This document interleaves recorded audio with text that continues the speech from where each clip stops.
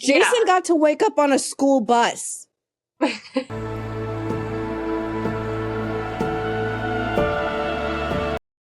It's a big day. We are starting Son of Neptune, which I know a lot of people are probably anticipating because it's the first time we're going to see Percy again in this series. Yeah, finally. Yes. I know I definitely was because I think it's interesting, and I got like really upset with The Walking Dead for a similar reason where it's like our main hero is gone. But somehow the mission isn't let's look for main hero. I mean, I know it was like a secondary part of the Jason, Leo, and Piper thing, especially once they figured out, oh, this was an exchange. But yeah, it's just like, okay, so we're not really going to talk about Percy too much in this whole first book. Not really. And yeah. except for the audience having a heart attack about it.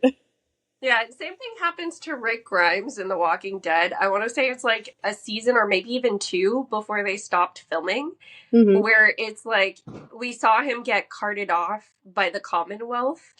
And I'm sure that's what The Ones Who Live is about, which I'm finally going to buy and stuff because I got a gift card for my birthday. And we just never see him again. We never know what happens. Everybody is just assuming he's dead for the rest of the series. So... Okay. Yeah.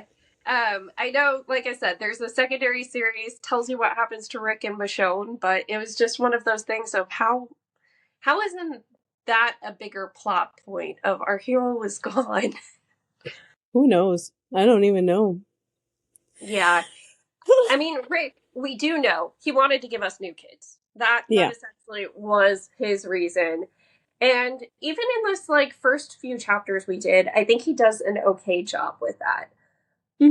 So to kind of lay out the groundwork for everybody, this story doesn't pick up immediately after the events. It doesn't even pick up immediately after the events in The Lost Hero. It picks up 6 months after, which, if memory serves, is about the time that Leo should be finishing the Argo 2. Yeah. Yeah, it pretty much. I like how it starts with things already happening. Like, it doesn't start in the beginning again with Percy, like, waking up and being like, where the hell am I? Or anything like that. They, like, skip over that part. Yeah. And you're just, like, immediately in all of the action, I suppose is the best way to put it. But yeah. Basically, he wakes up. Some of the stuff he's telling you from the very beginning is that he woke up, he thinks a couple months ago, but he's not really sure. And Lupa, did whatever they did at the Wolf House, which was at the end of when we were at the Wolf House in The Lost Hero. I just kept thinking, like, Percy's here somewhere sleeping in like a magical coma. Harry, you dumb bitch, wake him up. Like, during all those scenes, I just kept thinking that, like, where is he? Why won't you let them just find him now? Pretty much. But yeah, basically he wakes up there, and then she just like is just like, you have to go out and prove yourself, and it's like, okay. And that's basically where he is right now. The thing, before we even start talking about the specifics of anything, I will say that the main thing that I noticed reading this again that is different, that I'm like, oh god, this is gonna suck. And like, but it's still very interesting, is that his narration, when he doesn't have any memories, he's a lot more honest about how he's feeling, and things that normal, like Percy with his memories back, tries to like deflect or tries to like not act like things bother him. But when he doesn't have any memories of anything, he doesn't have like the memory to remember why he would like hide stuff like that. And so just these 3 chapters, I was just like, oh no, this is going to be so hard. Reading this version of Percy that is just being honest about how hard everything is for him without pretending like he's fine. Exactly, yeah. And he's been having a hell of a time already. So, as you said, we don't find out what the Lupa training is. We just find out it happened. We found out he woke up with her. She taught him a little bit about being a demigod and that there's monsters and all of this stuff. She trained him a little bit and then sent him out, was like, okay, you gotta find the place to go to yourself and you'll know it when you feel it. So she doesn't even tell him it's a camp. Just like, Get out there. You'll figure it out. You'll have a tingling sensation, and it'll all be good. And he's like, okay. Yeah. And instead of it all being good, the poor kid, we find out immediately, has literally been going all over the Bay Area, being chased by monsters who, as we know from the last book, don't die if they're on land. Mm-hmm. And Percy, who forgot his memory, still does have the Achilles curse, thankfully. So, even if he was screwed royally because he doesn't have all the information, he's still impenetrable in the first couple chapters. And so, yeah. Yeah, and he doesn't know why. Like, that's like the thing reading this part is that he's like, every time they get by me, they try to like scrape my arm or they try to bite me and it just like breaks their teeth and they get mad at me and I don't know why that's happening. I was just like, this must be so weird when you don't have any memories to just be like, my skin is impenetrable. And no one's bothered to like explain to me why that is exactly. It just is, and I'm not going to question it too much. Because the main thing about this part is that he just like casually mentions, like as he immediately starts talking or narrating, that, oh yeah, these Gorgons that I call snake women, basically, because he doesn't really remember what Gorgons are, they're chasing him for killing Medusa that he doesn't even remember doing. Yeah. And he doesn't remember at all that he did that. Has no, like, he's like, what? Okay. But even before they get to that point, he just like casually mentions like, yeah, they've been coming back to kill me every 2 hours for the last couple days. He doesn't even remember how many days it's been. And he's like, I'm kind of tired because I haven't really been able to sleep very much. And I've been eating like food out of like garbages, basically. Like he says, like, I've been eating like stale bagels and like just like leftover food he can find places. He doesn't have any supplies. And I'm kind of tired and I haven't really slept that much because these snake people have been chasing me every 2 hours for the last couple days and I can't figure out how to kill them and they keep getting upset that they can't kill me. And eventually they're going to figure it out and I won't be able to like stop them, but I don't know when that's going to be. And I'm just like, Jason got to wake up on a school bus. Jason woke up on a school bus on a school field trip. He was in a wilderness camp, but this is the only thing about that he remembers. He woke up on a freaking school bus going to the Grand Canyon next to his best friends. This is what Percy has to deal with? Being chased? Best I can assume is that, like, I don't know. I narratively speaking, from the Doyleist perspective, I can see Rick doing this because he wants Percy to have to go through the same trials and tribulations as the Romans, right? But narratively speaking, all it does is make Hera look like a giant asshole, which, I mean, that may have been a goal too, because we know Hera has beef with Annabeth especially, and she may recognize Percy as probably the right person for the job while still being like, but I don't have to be nice to him. No, and she says something much later in like the later chapters that I was just like, can I hurt you someday? Like, you're not a real person, but I want to. But yeah, it's just, why, like Jason says at the end of the last book that, Percy's going to have to prove himself immediately because that's the whole thing about Rome, that you have to like immediately, they're like the ultimate boomers. They make you like immediately just prove yourself of whatever that meant for like a 2-year-old Jason. And if you don't do that, then they just don't care about you. They don't give you another chance or anything like that. And so this is why she literally like threw him out to the wolves, basically, and is just like out there, like running around with no memory and no food or nothing, having to figure out how to get to their camp without any help at all. Like, it doesn't seem like they have their version of Grover that would like be looking for people to help them get there, because that they would think that was cheating because they're boomers. If you think about Rome people as boomers, everything that they decide about their structure makes sense. Yeah. I mean, okay, I feel like I vibe more with the Camp Jupiter, like just off of a little bit of this. But it's more so, I don't know if it's like the neurodivergent part of my brain that I feel like Romans are more clear on their expectations a little bit. I don't know. You'll see as they introduce Yeah. things more with them.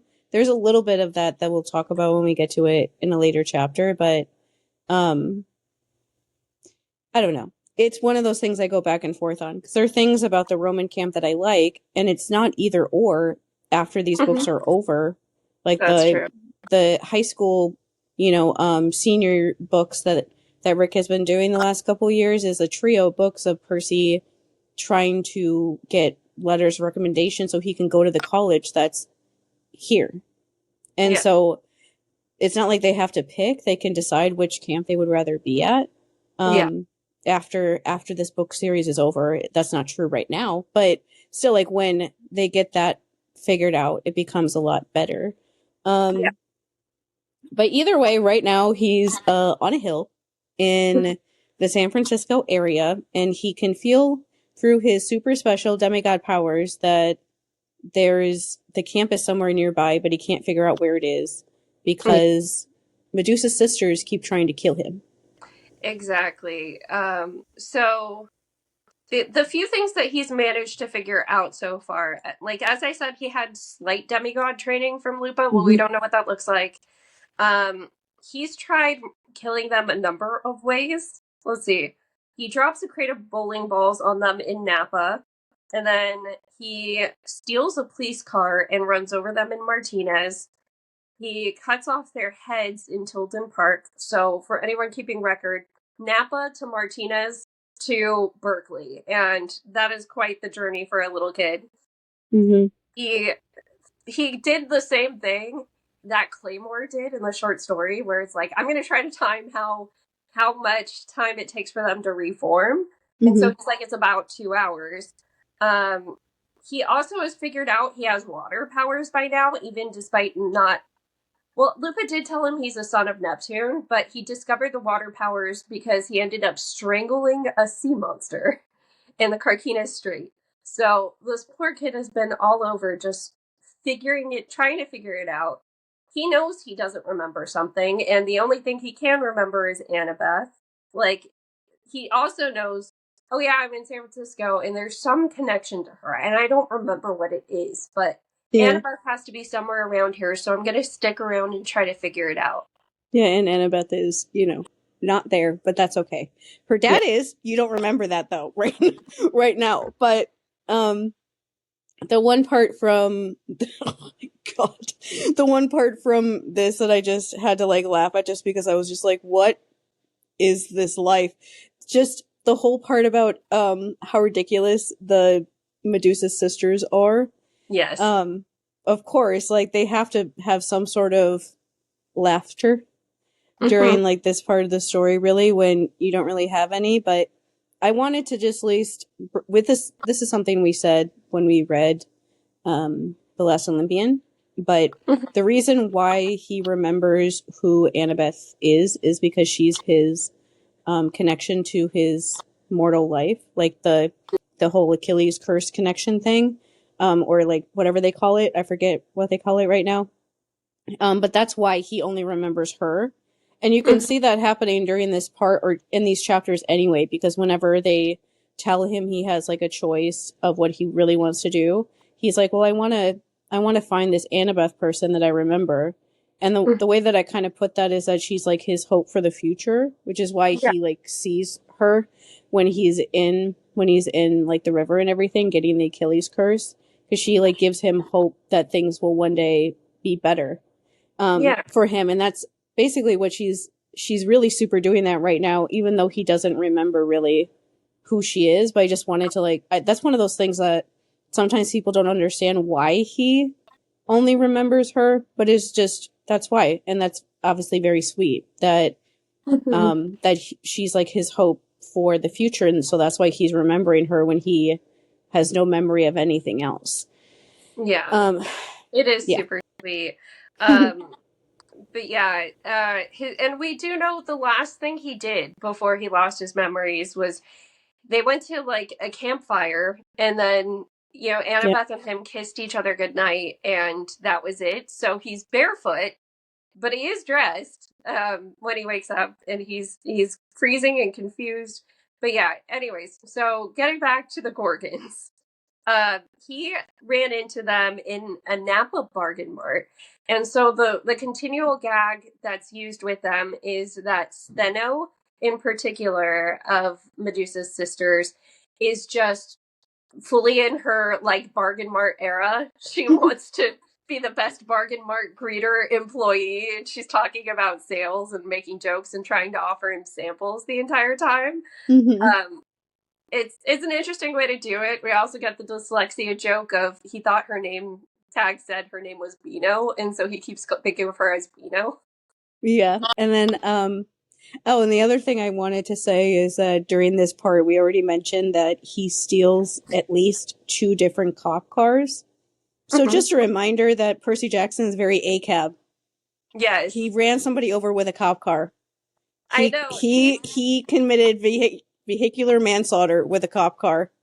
He's living his best Grand Theft Auto life. I don't know if you ever played that video game, but you steal Yeah. cars, you can like rob people and stuff. And that's Mm-hmm. essentially what No Memories Percy is like, because while he was in that bargain mart, he managed to supply himself up. We know he didn't have the money for it, but the kid No, that's grabbed, shoplifting. yep, he grabbed so much too. And he also did a very good job when you think about it. So he grabs a GPS, duct tape, a lighter, super glue, water bottle, camping roll, a pillow pet, and a Swiss Army knife. Hello. So he tried his best with like, I'm just gonna grab camping supplies. It makes me think that had he been one of the people to run into like Thalia and Luke in their little early days, that he could have lived that life too pretty Yeah. successfully. He probably had to figure things like this out when he was going to his horrible schools that would Yeah. apparently beat him, according Yeah. to the short story that we read anyway. And so I'm sure that there were times when he just ran away from some of those places before he ended up going back home and getting beat by somebody else. Yeah. And the one thing I had to shout out for, because Percy is still Percy, is that he gets all of these like camping supplies and a pillow pet, a Yeah, stuffed it's animal. specifically He's a like, I panda. need help. Yes. We love him for loving cute things. Let's see, yeah, and so their beef with him, as you said, is that he killed Medusa. Um, so Eurale is always how I've pronounced the second sister's name, but apparently Bino pronounces it like it rhymes with Muriel, so Uriel. Um, And so what Uriel says to him is, I can smell Medusa's blood on you. It's faint, yes, several years old, but you were the last one to feed her. She is still not returned from Tartarus. It's your fault. So whatever Gaia is doing, it seems like this monster that was in the process of reforming, she's not able to bring directly back just yet. Let's see. So Percy, he makes the argument, I don't remember killing your sister. How about we call it a draw? I can't kill you, you can't kill me. If you're Medusa's sisters, like the Medusa who turned people to stone, shouldn't I be petrified by you? And they're just like, ah, they get mad. Let's see. Oh, another thing too, as you said, they're on top of a hill. He knows that the entrance to where he's supposed to be is somewhere nearby. He says the senses are tingling. They're going like crazy, but he realizes there's a tunnel under this hill that he's on. He's like, I think Mm-hmm. I just need to get to that and I'll figure it out. Mm-hmm. And he says something to himself, or I was like, actually, that would work, child, but you needed to just go for it. He starts thinking, like, I don't have a sled, I don't have anything to, like, get down there safely. Maybe if I just fell down the mountain, would I survive? And Yeah. it's like, yeah, that worked for Luke. When he had the curse in Titan's curse, Oh he fell God. down a mountain. Yeah, he literally did, and he just like got up and was like, "Anyway, bye." Yeah. But this child is like, that sounds terrible. What if I don't do that? Yeah. This is also where we first start hearing things about the Feast of Fortune. That's like the big event that this book is kind of leading up to in a similar Hmm. way that most of the other books have something to do with either summer or winter solstice. Mhm. This Feast of Fortune, which specifically we find out later is about Fortuna, the goddess of luck. She has her own feast that the Roman kids put on, and yeah, the first mention of it is from the Gorgons saying, "Even now, Gaia's enemies are marching south. At the Feast of Fortune, she'll awaken, and the demigods will be cut down like." And then Beano says, "Like our low prices, a bargain."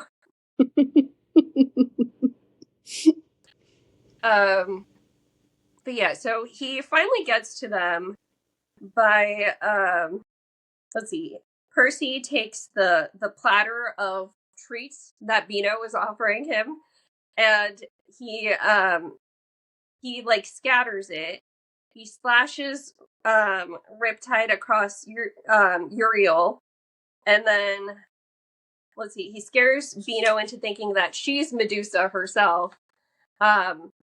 Before he's able to just kind of like get away. Mm-hmm. He slams the metal tray on her head, and then he uses the tray that she was holding as like a little makeshift slide to finally get down the mountain. Now, this doesn't fully get rid of them. That's where the first chapter ends, but they're still chasing him into the second chapter, where he's going downhill fast.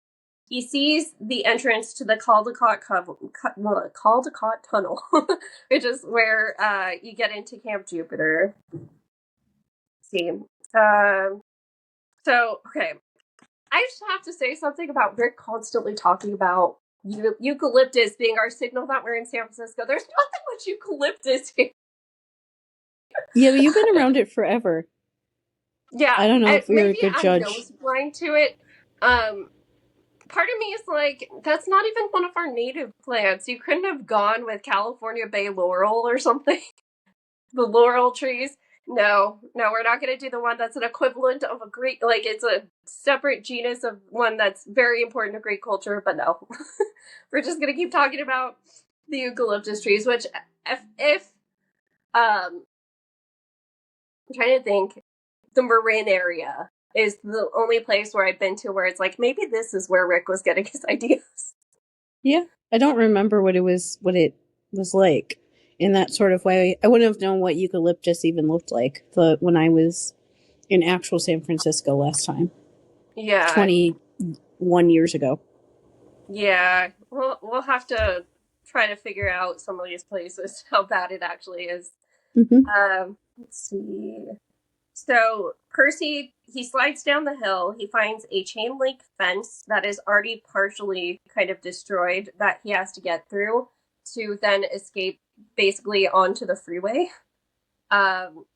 He thinks about potentially stealing another car and driving away, and he mentions he's stolen a number, not just the police cars. He's like, I've been stealing cars the past few days. I keep telling myself I'm just borrowing them, but I basically run them down and then leave them.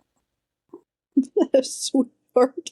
He doesn't want to steal them. He wants to be able to bring them back to their owners, but everyone keeps trying to kill him instead.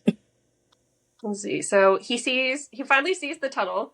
2 tunnel entrances, one from each direction of traffic, stared him down like the eye sockets of a giant skull. In the middle, where the nose would have been, a cement wall jutted from the hillside with a metal door like the entrance to a bunker. And then outside of the doorway, there is a boy and a girl guarding it in basically Roman armor, plume helmet. They're wearing purple t-shirts, sneakers, and blue jeans, like with the whole plate armor over it. Where he's like, that seems to be something. I'm sure mortals can't see this because of the mist. I have no idea what they see, but I bet those kids are like me. And I hope so. Gosh darn it. They are. They're actually the sweetest people on the planet. Yeah. He considers for a second here retreating to the ocean, knowing that the Gorgons are still here, because he does recognize, like, that is a place where I have power. I feel wrong here, because even though he has, like I said, senses tingling, telling him he's headed to the place he's supposed to go, he's also still getting the feeling of, I'm not in the right place, this isn't my territory, this could be dangerous, which is Mm-hmm. actually more to do with the Roman versus Greek thing. But he Mm-hmm. doesn't know that yet, of course. No. And while he has this thought process, a voice says, "You're right, of course." And it okay, when this person is described, I had a totally different idea of who they were. So I want to read out the description really quick. She looked like a hippie who'd been kicked to the side of the road maybe 40 years ago, where she'd been collecting trash and rags ever since. She wore a dress made of tie-dyed cloth, ripped up quilts, and plastic grocery bags. Her frizzy mop of hair was gray-brown, like root beer foam, tied back with a peace sign headband. Warts and moles covered her face. When she smiled, she showed exactly 3 teeth. I at first thought this was the old Oracle, like the one Mm-hmm. before Rachel Oracle, because she was very much described like a hippie who happened to live way past her prime. And Mm-hmm. so the tie dye was what did it for me, I think, where it was like, did we resurrect the old Oracle? But it turns out that person is not the Oracle. We get our first hint at who she is when she tells him, "You can call me June." It is June after, isn't it? Like telling him that's like what month it is. They named the month after me, which June, Juno, Hera. Let's see. So Percy tells her, or she presents Percy, you have this choice now. You can go into this door and try to save me and yourself. You don't want to leave a little old lady there, do you? But your other choice, of course, is to go into the ocean like you're thinking. She says, in the sea, no monster would bother you. You could begin a new life, live to a ripe old age, and escape a great deal of pain and misery. That is your future. So he essentially gets the same choice that most heroes get when you think about it, because I feel like the way they presented him not having memories and like very much only remembering Annabeth is supposed to also slightly remind us of Odysseus. Mm-hmm. And I mean, it gives an Odysseus vibe for me because it's part of the reason why it feels like Calypso is like literally drugging him, is because, like he he seems powerless, although he wants to go home. Mm-hmm. And so this is similar to me of how he's interpreting his own memory loss and how he feels about it. Of Odysseus sitting on the beach crying on Calypso's island. And then we get this part where he's basically being offered the same secondary choice that Achilles was, and then I argue Odysseus also was offered if he would have stayed with Calypso. Yeah. Yeah. Yeah. And he doesn't really think about it. He's like, I want to remember who I am though. Yeah. And so I'm gonna go now. Like all he Yeah. remembers is that he is a demigod. He doesn't even remember any of the painful things that actually happened to him or anything like that. He doesn't even know that. The thing I thought was most interesting about these chapters before he gets into like the last one is that Mhm. he even references himself as being a Roman demigod. He thinks that he's like a son of Neptune and he keeps calling himself a Roman demigod and stuff because that's just like what he assumes. He's like, well, if I'm a demigod and I'm by all these people that are Roman, then I must be one too. Yes. Because he remembers literally nothing. And so he Exactly. doesn't even know like she keeps saying like, oh, these painful, horrible things are gonna happen to you, and he's just like, whatever. Because he doesn't know. He doesn't know Yeah. anything that's actually happened to him yet. Exactly. He just knows he wants those memories back. So when Lupa sent him off, she said, when you find the right place, you'll get your memories back. And now Juno's telling him, if you choose to go into the sea and have, like the beautiful, light, long life where you don't have to deal with any of this, you're not going to get them back. And Mm-hmm. so that's ultimately what makes him decide he's going to pursue going in this tunnel, which June/Hera is also saying, you have to carry me, by the way. You have to carry me into this camp. So he's being chased by Gorgons, carrying a stinky old lady. And yeah, he doesn't know anybody. They have two Mm-hmm. armed guards outside who he doesn't know if they're going to recognize he's one of them right away either when you really think about it. But yeah, what he stands to lose, what June tells him is, Be warned, you will sacrifice much. You will lose the mark of Achilles. You'll feel pain, misery, and loss beyond anything you've ever known. But you might have a chance to save your old friends and family to reclaim your old life. Um, let's see. And what about the guards at the door? Oh, they'll let you in. You can trust those two. So what do you say? Will you help a defenseless old woman? So he basically is like, yep, I will. And he grabs her. He ends up carrying her through. The two guards have to start fighting off the Gorgons. Like, at that point, they're all so close. It basically is like, in their faces. So the two people at guard are Frank and Hazel. And Frank shoots the Gorgon and then freaks out because he's like, I should have done it. What's going on? And so, like Frank and Hazel have to take turns trying to fight off the Gorgons while Percy is then carrying this mysterious old woman through the tunnel. And then eventually it also has to cross a stream. Let's see. I'm trying to think if there's anything else while they're... Not really. No, I mean, he tries to say, like, once we shut this door, are we good? And the kids are like, no, we're not good. Yeah. And he's like, oh God.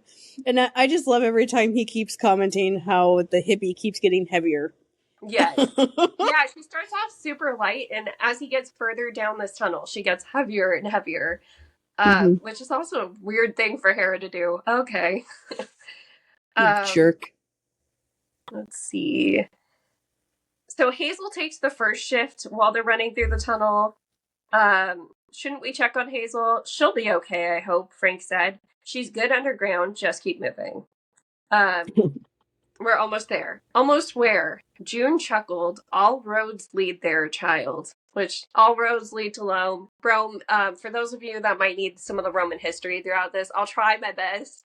I'm not the history person, I'm the mythology person. But the way that the city was built was, you had your central spot. And so all the roads lead you to the Forum, which is, like the big city spot in Rome. So they built the camp similar to this from the sounds of it, where it's just everything will lead you to the main spot. All roads lead there, child. You should know that. Detention, Percy asked. Rome, child. Sweetheart. Yes. How many people told him that he would always end up in detention for him to remember that when he doesn't have any memories? Let's see, we find out inside the tunnel, it looks very California. Live oaks, eucalyptus trees, cold hills, and blue skies. And then you can see Mount Diablo in the distance. Let's see. The buildings are marble with red tilled roofs. There's also towers that are made out of wood, very much trying to give what ancient Rome would have in terms of the look and feel of the buildings itself, too, from the sounds of it. There's a Colosseum, there's fountains, there's an aqueduct. So this was Rick doing his best to be a history teacher and being like, look at all the cool things that were in Rome. We're going to put that in this camp. I remember thinking aqueducts were cool in 6th grade. Yes. Let's see. Strangest part of the valley was right below him. 200 yards away, just across the river, was some sort of military encampment. It was a quarter-mile square with earthen ramparts on all four sides, the tops lined with sharpened spikes. Outside the walls ran a dry moat, also studded with spikes, wooden watchtowers. So yeah, this place looks more military too than the Greek camp, which makes sense. It just it adds up. Let's see. Frank says Camp Jupiter will be safe once, and then Hazel busts in. She's been slashed up by the Gorgons. I'm gonna guess Bino was the one who put the 50% off sticker on her. Because she got attacked with a pricing gun at one point. She says, I slowed them down, but they'll be here any second. Frank tells him we have to cross the river. And June tells Percy, like, yeah, we got to cross the river and I can't do it. So you got to carry me still, child. And he's like, oh, God. Yeah, so she's smelly. She's getting heavier. And now he knows that this river's coming. And since he's already kind of discovered his water powers, even to the extent of knowing salt water seems to do better than fresh water. He can feel that there's something different about this river. That Mm-hmm. there's something where it's going to be so different to him. Let's see. Powerful and not necessarily friendly is the way he describes the feeling. We find out this is the little Tiber. June tells him it flows with the original power of the Tiber, river of the empire. This is your last chance to back out, child. The mark of Achilles is a Greek blessing. You can't retain it if you cross the Roman territory. The Tiber will wash it away. So Rick basically, and I get this, another Doyleist kind of perspective is the Achilles curse is a little too much for him to start off with. Kind of in a similar way where if you play Zelda and you do Breath of the Wild, you get all of the hearts, you get all the stamina containers, they all get taken away at the beginning of Tears of the Kingdom. Because you would just be too OP with all of that power going in. Yeah. And so, yeah, similar to this, from a Doyleist perspective, I see why he has to do it, of like, this curse is too much for him to still be bearing, and for him to not be in danger, Mm-hmm. Yeah, it is honestly like too much. It's like scary to, I don't know, it's just scary to imagine somebody having that all the time and just being invincible all the time. The only reason he even wanted it at all was because he was kind of forced to do it. Exactly.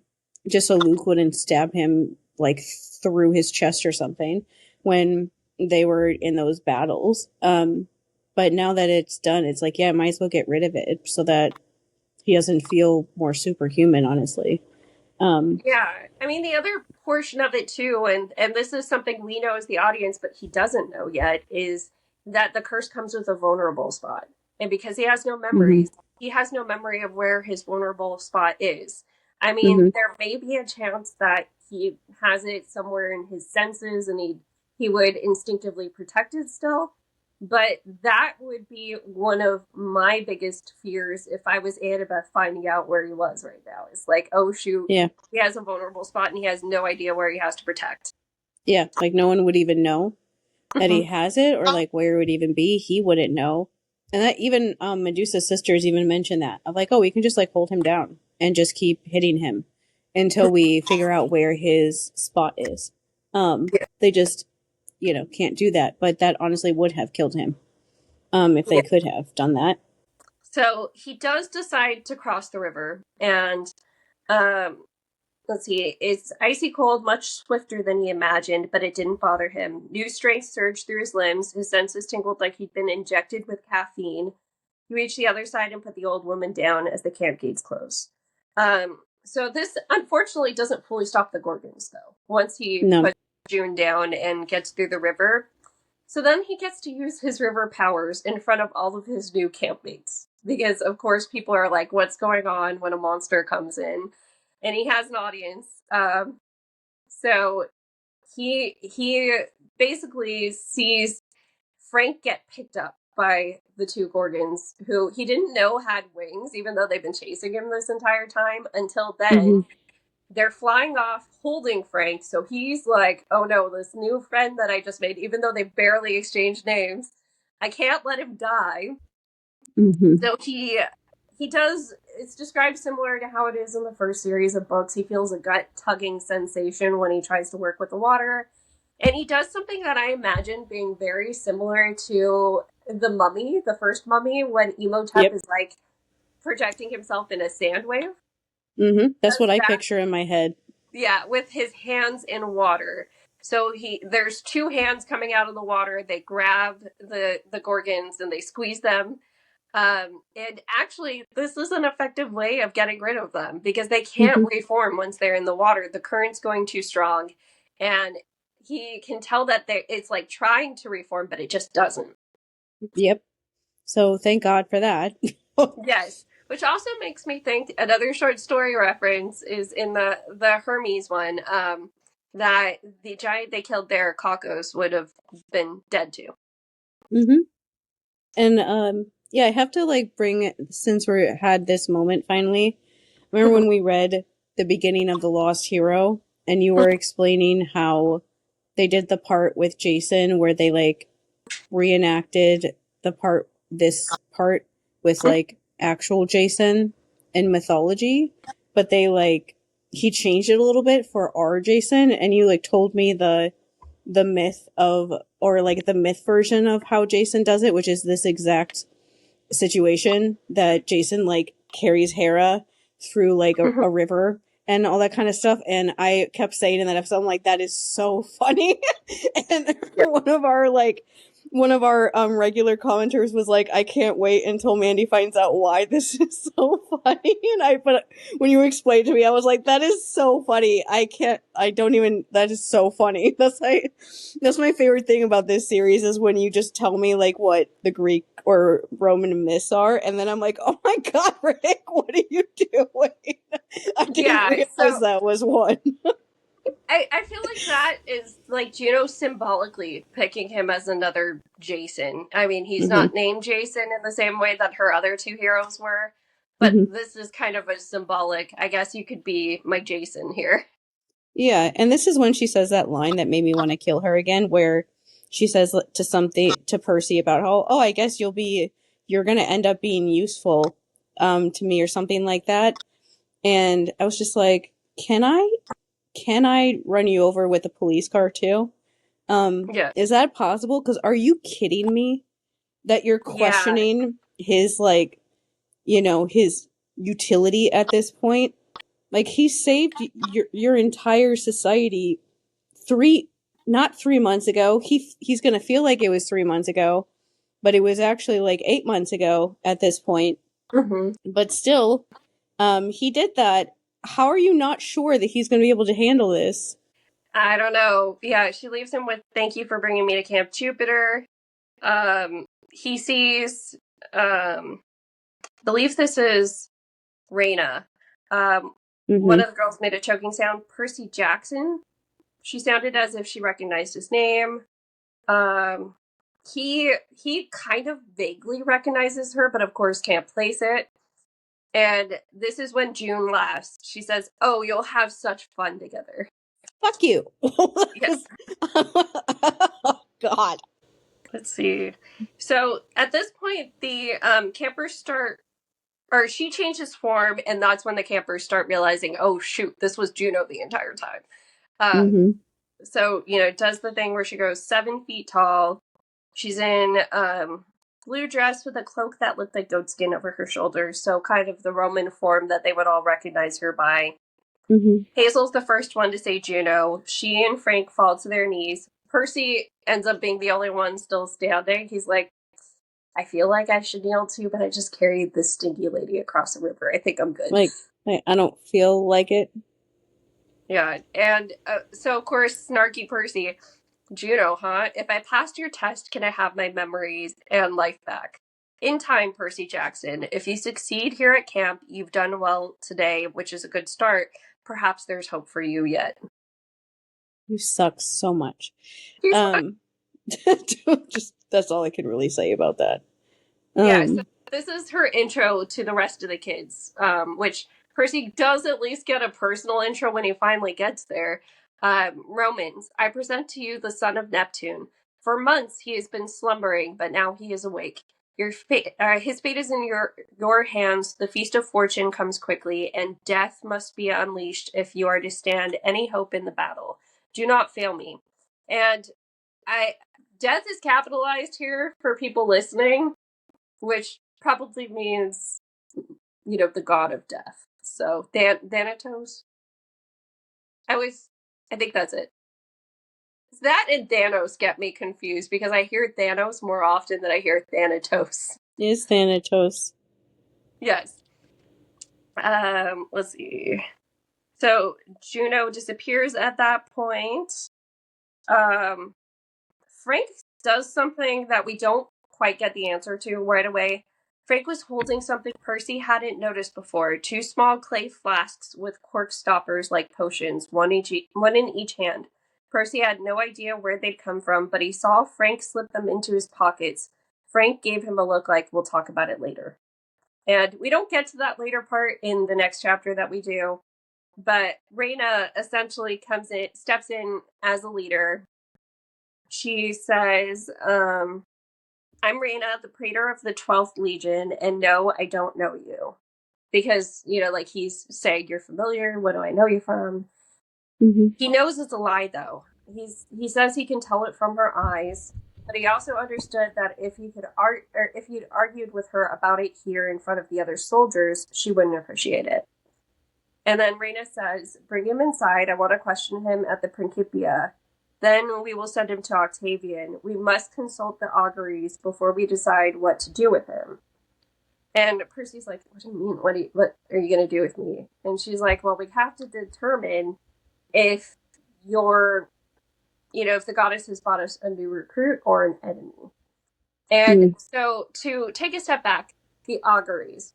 Romans are very superstitious, which is funny because they don't like superstition either. But when you think about it from how we would characterize them, they are super superstitious. Mm-hmm. And so auguries is essentially divination. A lot of times it was, like watching birds fly, or sometimes even looking at the entrails of animals, and if there's anything off with their anatomy, they would be like, oh, that is a sign that this is going to happen. Mm-hmm. Don't quite understand the science of or not the science of it, but the explanations that they came up with behind divination. That's on one of my lists to read, because there is Roman authors that we actually do have the text from who talked a lot about these things. Mm-hmm. I just kind of know the top level, which is they essentially are looking for divination type signs of what do we do with him. Okay. That makes sense for what they do in the other chapters that I know about. Yes. Third chapter, we don't quite get to Octavian quite yet, which I know Shannon's somewhat looking forward to me meeting him just because of our Ovid and Augustus talk. Yeah, we get to talk about Ovid again and be like, see, look, one of our favorite authors likes him too, because there's no way that he doesn't, because he named this character Octavian. But we'll explain that in the next episode. The thing with this part that I thought, this is one of the first parts really, well, I guess, where Percy's being more honest, I guess, in his narration about when he's feeling things that he usually doesn't admit when he remembers everything, where he's thinking how all of the people at the camp are all the other kids that are there are all staring at him, and how much he hates it that they're all staring at him, and it makes him just feel really uncomfortable, and he wants them to stop doing that. And it just makes me think about all the different times that everyone just stops and stares at him in the first 5 books, and how much I figured he hated that, but now we know for sure how much he hated that, and how uncomfortable it makes him feel that everyone's just watching him when he doesn't think that he was doing anything special. Yeah, and it's not just people either. So we're introduced to kind of one of the first differences between Greek and Romans here, which to give people the mythological background, Romans started out, they didn't just borrow from the Greeks. A lot of people will simplify it to their myths are all borrowed from the Greeks. Mm-hmm. Some of it's the Etruscans, who were the natives of that land before. And that's where you get a lot more of the rural stuff, which is why I think Juno appears wearing goat skin and stuff. Mm-hmm. But these are the layers. Lares, that's how you pronounce it. Okay, sorry. Lares, and they are house gods. So in the same way that the Greek kids, every time they have a dinner, they sacrifice a little bit to the gods, you had to do that for your household. You had these spirits that protected your household, and it seems like there's quite a few of Lares just around the camp. This was one of my favorite Percy lines when he has amnesia, where he's where they say house, when they say house gods or house spirits, and he's what, there's bigger ones for apartments or for, and things like that. Are there apartments gods or apartment spirits too? Yeah. And I was just yeah, that's taking everything really literally when you're neurodivergent and you don't remember anything. And you generally don't know, and you're asking because you actually want somebody. Those are the kind of questions that, especially as autistic people, we ask people, and they think that we're being like mean, but we're generally like asking like, wait, no, what do you mean that there's like house spirits? Yeah. I can also kind of see like why, considering that, why Rick waited to introduce Roman stuff, because everyone in the world would have popped up and been like, you're just copying Harry Potter, if they introduced that in 2005. Yeah, they would have thought that was a copy of the ghosts. But It was the other yeah, way he's around, getting steered at. everybody. Exactly. He's getting steered at by all of them. He finds out, yeah, those are our ancestral spirits. But they they know something is off. So like one of the spirits even calls him. He doesn't hear it correctly, and he hears Gregus, but they call him Grycus. And Hmm. he's like, oh, why are they calling me Gregus? My name's not Greg. Yeah. And this is the part where he says he feels like, I remember this is, I think the part where he says he feels really vulnerable while he's watching them all just like stare at him and basically call him a slur, for Greek people, but he doesn't understand that that's what they're saying. But they can just Yeah. somehow tell by looking at him that he's like different. And he keeps thinking about how this camp doesn't feel right. Yeah. Like it doesn't feel like the place he should be, but he thinks that he wants to believe that Annabeth is there, because she's the only person he remembers, and he knows that he met Annabeth at a camp, and so he thinks like she must be here somewhere, Yeah. because this is the only camp that any of these people are acknowledging exists.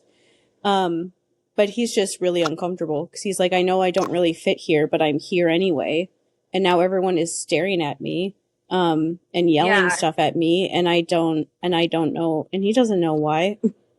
Yeah, I'm sure that Frank's gonna end up being a sweetheart because he's like trying to comfort him a little bit here. Frank and Um, Hazel are the sweetest people in the entire world. Like, I love them yeah. so much, so much, and I love them especially in this book with Percy. They are so sweet with him when he doesn't remember anything. There are scenes like much later on in the book when Percy starts basically getting like repressed memories coming back, and he gets like, he's obviously really upset by the things that he remembers. And they're very sweet with him to help take care of him without him feeling like they're taking care of him too much, basically. But there's absolute like the sweetest people on the planet. They're the characters the most that I'm looking forward to rereading through these books again, because I love them so much. Yeah. So while he's confused at like the whole Grykis being like kind of a slur among these people thing, Frank's explanation um, is that bad? Maybe not. You've got the type of complexion, the dark hair and all. Maybe they think you're actually Greek. Is your family from there? I don't know. Like I said, my memory is gone. Or maybe, Frank hesitated. What? Probably nothing, Frank said. Romans and Greeks have an old rivalry. Sometimes the Romans use Gricus as an insult for someone who's an outsider, an enemy. I wouldn't worry about it. He sounded pretty worried, isn't what Percy says He there. sounded pretty worried. He's like, yeah, like you're telling me not to worry, but you're obviously worried about me already.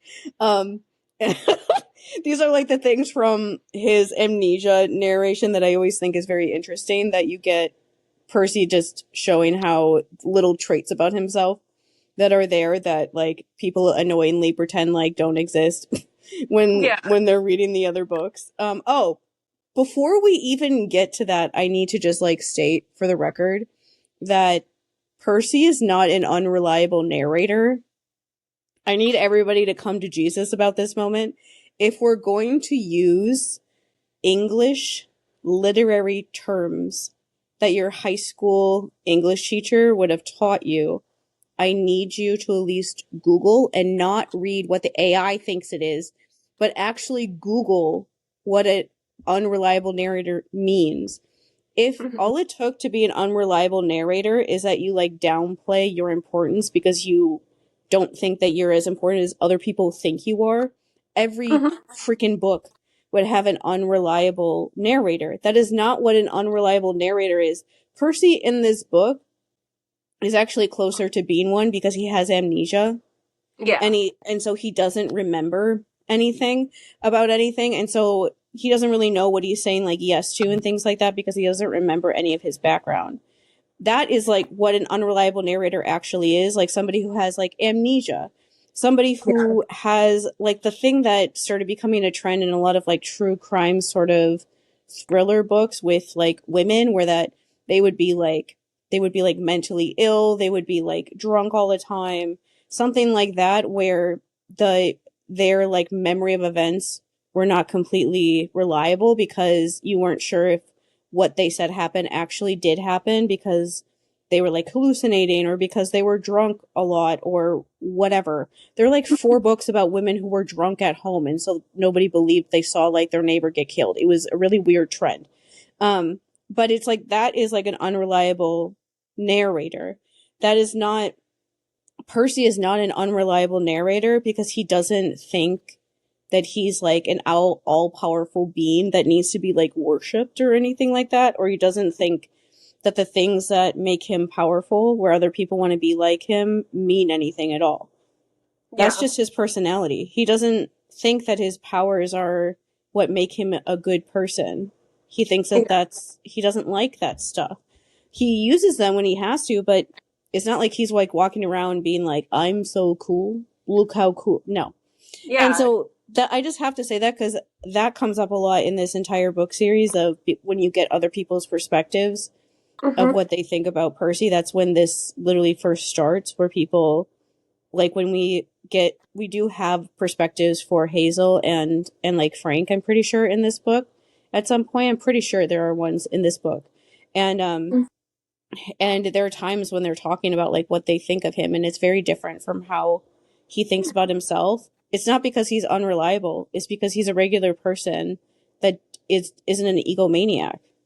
Yeah. um there's a clear distinction there. Like I am trying to think of somebody in the series that would be an unreliable narrator, like Luke's mom. Like Yeah. if the perspective of the book was from somebody like her, or even Luke himself, because of how wildly messed up he was, especially by the end when he was like half himself, half Kronos or whatever. Um, Somebody like that would be unreliable because they could be like hallucinating. They could be seeing things that aren't really there.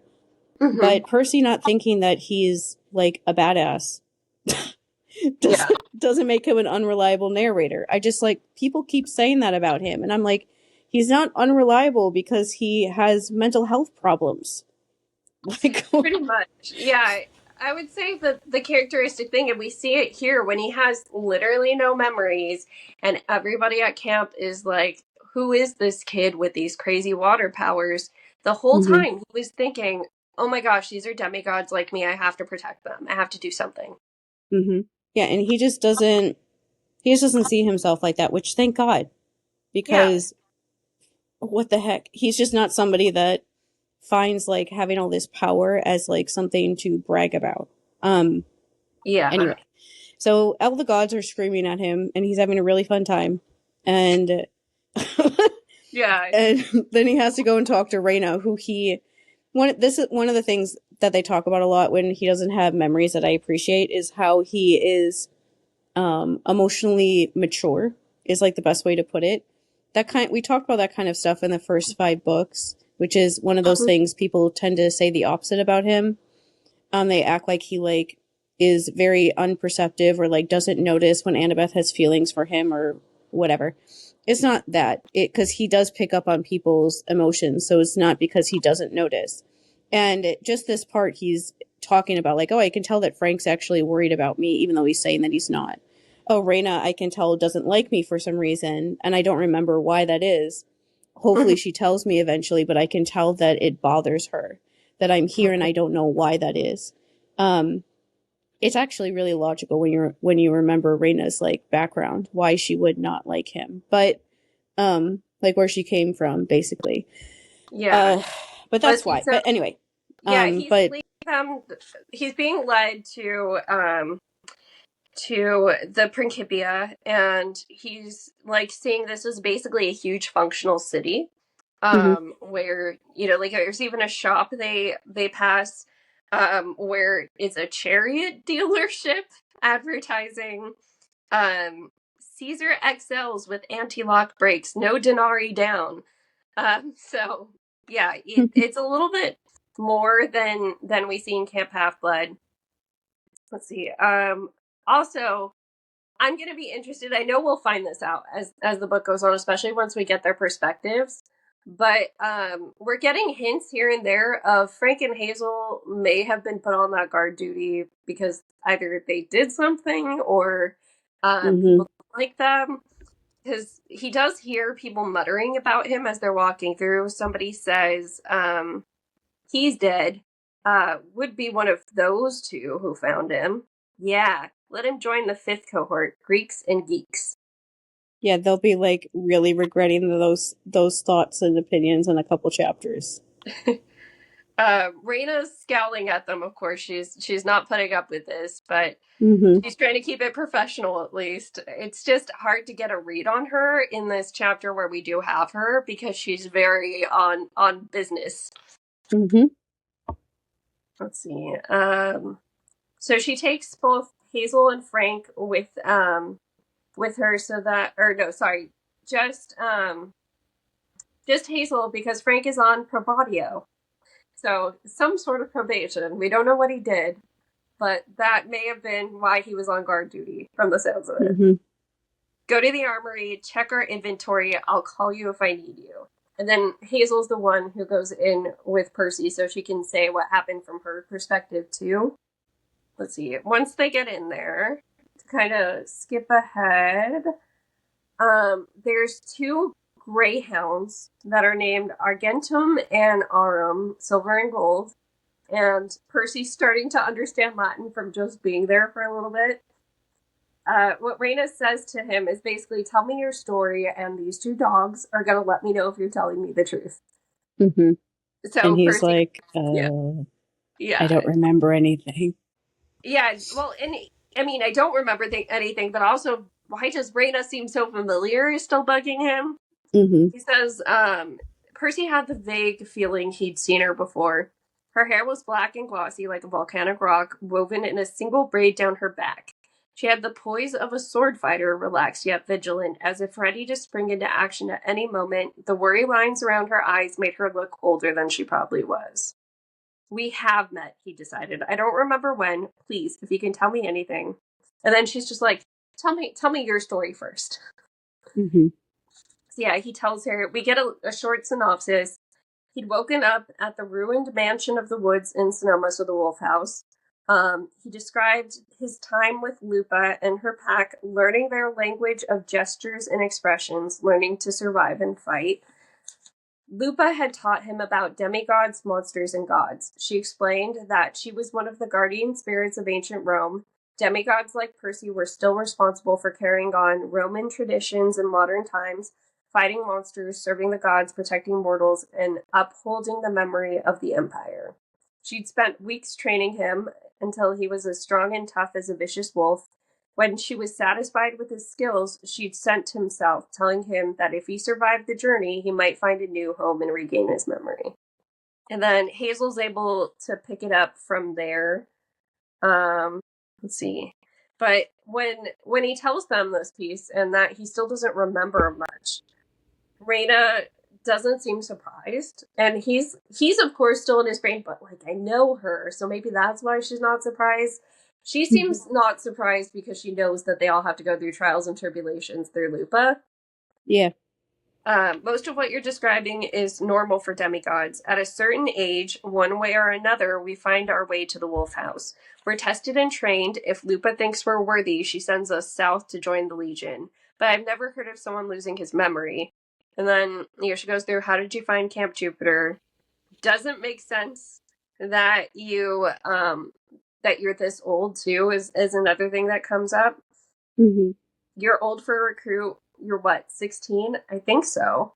If you spent that many years on your own without training or help, you should be dead. A son of Neptune? You'd have a powerful aura that can attract all kinds of monsters. Yeah, Percy said. I've been told I smell. Because that's like, the Gorgons presented it to him that way, and he doesn't know what it means. So yeah, like, and I stink. He even mentions during this part that he would like shove car fresheners in his like pockets and try to like spray like perfume and stuff on himself because he is thinking like, oh, I smell bad, or they can somehow like find me because of how I smell. And so we tried to cover it up and it didn't work because it's a magical thing. But he tried. Yeah. He tried. He How tried. much have Gabe must have smelled if Gabe can block it out? Yeah, pretty bad. Let's see. And then Percy also remembers, oh yeah, Juno said something vague about being asleep for a while, so maybe he was asleep for a long time, but that didn't make sense. So after he says all of this, dogs don't eat him, so Raina's like, I guess you're okay here. Percy says, great, next time can I take a polygraph? Let's see, she says, even if I accept that you're not an enemy, you're not a typical recruit. The Queen of Olympus simply doesn't appear near camp announcing a new demigod. The last time a major god visited us in person like that, she shook her head. I've only heard legends about such things. And a son of Neptune, that's not a good omen, especially now. And he asked, like, what's wrong with me being a son of Neptune? And, like, what's wrong with the timing? But she doesn't answer him. He just gets a Mm-hmm. warning look from Hazel as he's asking these questions. See, Raina's still thinking about this. You fought Medusa's sisters, who haven't been seen in 1,000 years. You've agitated our Lares, who are calling you Grycus. You're wearing strange symbols. That shirt, the beads on your necklace, what do they mean? Percy doesn't remember. He knows he has this attachment to his shirt to the point where, as he's on the run from these Gorgons, he's been like washing it in streams and stuff. But it's worn out to the point where you can't even tell what was on the shirt before. That part just like killed me. That Yeah. he kept washing his shirt over and over again because he didn't want to get rid of it. I was just like, oh my god. Yeah. Somebody let him go home. Let's see. And they describe his necklace. Let's see, 4 clay beads decorated with a symbol, each with a symbol. One showed a trident, another displayed a miniature golden fleece. The third was etched with the design of a maze, and the last, an image of a building, maybe the Empire State Building, with names Percy didn't recognize engraved all around it. The beads felt important, like pictures from a family album, but he couldn't remember what they meant. And she asks him about his sword too, which Percy had discovered that first chapter. That's one of the things he discovered. I forgot to mention. He discovered that, how Riptide works. Mm-hmm. So he has this ballpoint pen in his pocket. It turns into a sword when he uncaps it. It has Greek symbols on it that he knows say Anklusmos or Riptide. No idea how he got it. No idea how, like, what it is quite yet. And Hazel, when she sees Riptide, because, like, he hadn't even told them about his sword, it was still in pen form in his pocket when Reyna brings it up. And so Mm-hmm. he's like, okay, I've been caught. I can't conceal my weapon anymore. So he decides to show them Riptide. And Hazel's like, what is that? I've never seen a sword like that before. Greta says, it's very old, a Greek design. We used to have a few in the armory before she stopped herself. The metal is called celestial bronze. It's deadly to monsters like imperial gold, but even rarer. So we keep getting these hints throughout these last 2 chapters, especially once he runs into Frank, Hazel, and Rita, where they're stopping just short of saying something about the Greek-Roman rivalry Mm-hmm. before they actually get to it. Like, I know Frank did say it exists, but he was about to say something a little bit more informational about it before he did. Yeah, that's the part of this that I think is interesting is that the Greek kids don't have any idea at all that they even exist and Mm-hmm. are more getting like blocked from even realizing that they're there. But the Roman kids know. They just stay away from them basically. But they're Yeah. like aware that they're there in a way that the Greek kids do not. Yeah. We also. So she's aware of the Greeks, she's aware of celestial bronze, but, like, none of them are adding it up still completely. I feel like they're closer, and it's probably going to come sooner than it did for Jason, but Yeah. we're kind of getting a secondary. Everyone's calling him Greek, and he doesn't seem Roman. Wonder what he is. Yeah, it's much faster. Yeah, so she also explains to us in this one, which we do sort of know, that Jason had Imperial gold on him. And so our explanation of Imperial gold is that it's not as rare as celestial bronze somehow. Mm-hmm. Because she does say celestial bronze is rarer, even though it's also dangerous to monsters like the stuff we're using. Mhm. And Percy asks about imperial gold. So she shows him she has a dagger, and she says the metal was consecrated in ancient times at the Pantheon in Rome. Its existence was a closely guarded secret of the emperors, a way for their champions to slay monsters that threatened the empire. We used to have more weapons like this, but now, well, we scrape by. I use this dagger. Hazel has a spatha, a cavalry sword. Most legionnaires use a shorter sword called a gladius. But this weapon of yours is not Roman at all. It's another sign that you're not a typical demigod. And your arm. And he's like, what about my arm? And that's when we find out all of the Roman kids have tattoos, similar to how Jason did.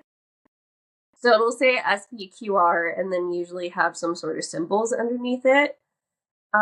Which I believe are the planetary symbols for the Roman gods. It looks like the ones that you see used in astrology a lot, because Mhm. I'm pretty sure Hazel's is the one for Pluto right there that we see. Mhm. And he describes it. It looks like a guy with his arms over his head. Yep. Yeah, so they have SPQR and then whatever their godly parent is under. Let's see. But they realize Percy doesn't have one. And we also get the lore. You can't get rid of these tattoos. There's no way to make them disappear. So he never had them to begin with. Mhm. So he's never been a part of a legion, which is kind of their way of saying you've never been to camp. Let's see. If he survived as a loner all this time, maybe he's seen Jason, is Hazel's reaction to this. Have you ever met a demigod like us before? A guy in a purple shirt with marks on his arm. And Raina stops her. Percy's got enough to worry about. Let's not talk about Jason. And he's like, no, I haven't seen anyone like you guys before. Who's Jason? Raina, do they have a love triangle? Is that what I'm supposed to be picking up here? Because Hazel is the first one to ask about Jason, but then Raina kind of also hints that she felt something towards him. Mhm. He was my colleague, is how she describes him. Colleague. Yep. The Legion normally has 2 elected praetors. Jason Grace, son of Jupiter, was our other praetor until he disappeared last October. So, to remind everybody of the timeline, Percy's birthday is August 18th, which we know is the day of the Battle of Manhattan. So, he had 2 months of bliss in the summer after that before he got stolen away, which means poor him and Annabeth, they might have gone to celebrate a second month anniversary, but who Yeah. knows? Probably not. Yeah. And the thing we're going to talk about it later too, but the thing I always think is interesting about the Roman camp is that they're all just like talking about like, oh yeah, Jason disappeared in October and it's now June. And we're just like continuing on as if he was never here. And Yeah. it's like, do you guys care where he is? Yeah. So he says, you mean he's been gone 8 months and you haven't replaced him? Hazel says he might not be dead. We haven't given up. And Raina says elections have to happen on specific dates for us. So that would be June 24th on the Feast of Fortuna. And then Percy asks why they're having a feast For for tuna. tuna. I do love that play I on love it. words because the Gorgons called it the Feast of Fortune. So Rick Mm-hmm. switched it up on us just for that little joke. Yep. Yeah, so Hazel corrects Fortuna. She's the goddess of luck. Whatever happens on her feast day can affect the entire rest of the year. She can grant the camp good luck or really bad luck. And this feast is going to take place in 5 days. So there is our Mm-hmm. crunch for this one. You know, the other kids, they had to make it to summer solstice and yeah, or wait, no, it was spring equinox, wasn't it? It was one of those two. Winter. There we go. It was winter I know it time. was one of the cardinal season things. But yeah, so our time crunch is 5 days, and it's for the Feast of Fortuna. Mm-hmm. Let's see. The Feast of Fortune, the Gorgons mentioned that, so did Juno. They said the camp was going to be attacked on that day. Something about a big bad goddess named Gaia and an army and death being unleashed. You're telling me that day is this week? And Reyna says, "You will not say anything about that outside of this room. I will not have you spreading more panic in the camp." And he asks her, "Wait, that's true. Do you know what's going to happen?" And she doesn't. Mm-hmm. She doesn't even answer. But Percy's thinking at this point, and this is our Percy, even when he has no memories. Percy had just met these people. He wasn't sure he even liked Reyna, but he wanted to help. They were demigods, same as him. They had the same enemies. Besides, Percy remembered what Juno had told him. It wasn't just this camp at risk. His old life, the gods, and the entire world might be destroyed. Whatever was coming, it was huge. So Reyna kind of ends the conversation there. We've talked enough for now. Hazel, take him to the Temple Hill, find Octavian. On the way, you can answer Percy's questions. Tell him about the Legion. And she leaves him with, "Good luck with the augury, Percy Jackson. If Octavian lets you live, perhaps we can compare notes about your past." Hey. So those were the 3 chapters we read. The one part from the very end of this chapter that I also wanted to mention is how when Percy's getting ready to like walk outside to like follow Hazel, he's thinking about how hungry he is.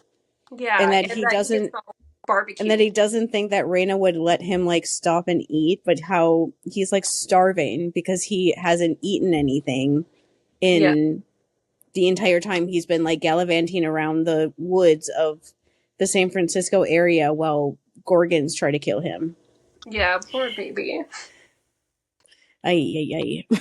Yeah, so those are the dire circumstances we meet Percy under. And as you point out all the time, Juno definitely gave him a more rude awakening. Yeah. It sucks that this is how he came in, but it makes me hopeful for Frank and Hazel. Frank